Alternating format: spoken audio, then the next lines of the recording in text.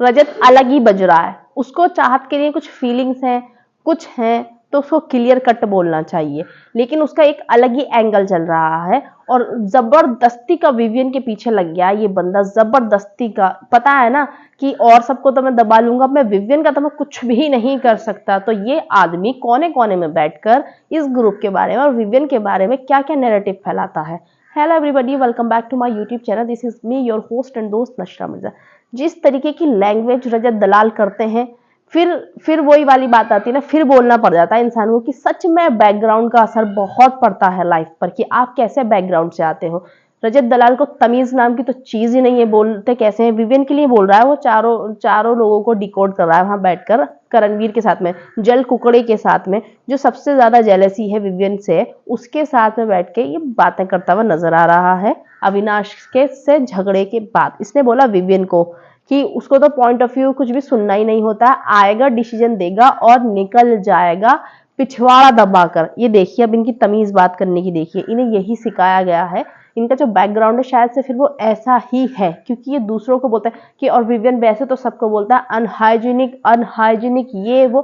भाई तुम नहीं हो हाइजीनिक तो वो क्या करे, उसमें उसकी क्या गलती है। अगर उसने मतलब इन लोगों को ये भी बर्दाश्त नहीं हुआ कि कैसे पॉइंट आउट कर रहा है चीजों को और कैसे सुन रहे हैं लोग, क्यों नहीं करेगा, बिल्कुल करेगा। उसका जब दिल चाहेगा वो जब करेगा, वो अपने लिए गया खेलने, तुम्हारे लिए नहीं।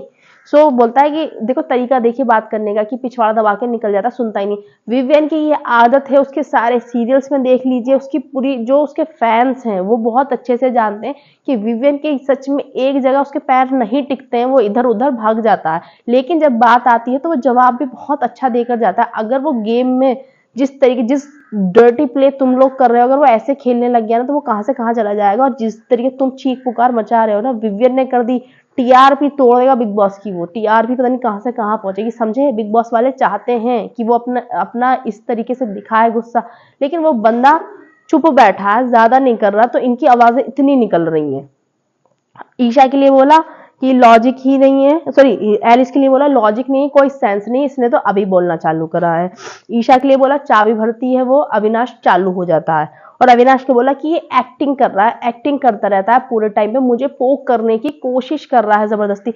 तुम तो रात में ही प्लानिंग करके बैठ गए थे, उसने कहां से पोक कर दिया, तुम तो रात में प्लानिंग कर रहे थे। सुबह को बताऊंगा, कहूंगा एक कोना बता दे, लड़कियों को परेशान नहीं करेगा। एक तो तुम दोनों कहीं के चाहत और तुम लड़की लड़का का कार्ड खेलने वाले ऐसे शो में आते ही क्यों हो जहां पे तुम्हें लड़के लड़कियां मिलते हैं। फिर वहीं जा, तू लड़के वाले शो में जाता जहां लड़के ही होते होंगे, और चाहत मैडम को लड़की वाले ही शो में जाना चाहिए था।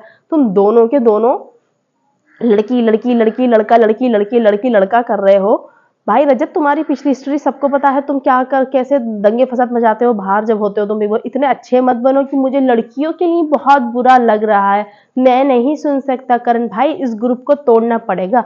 फील्डिंग बिछाए करण भाई, क्रिकेट खेले करण भाई, तुम्हारा क्रिकेट तुम्हारा फील्डिंग सब निकल जाएगा। वो बिग बॉस है, समझ में आया। बिग बॉस अपने भी कुछ तरीके से चलाते हैं और दूसरा ऑडियंस भी बैठी है, ऑडियंस सब देख रही होगी। हाँ सब देख रही है, तुम्हारी असली रूप भी देख रही है ऑडियंस।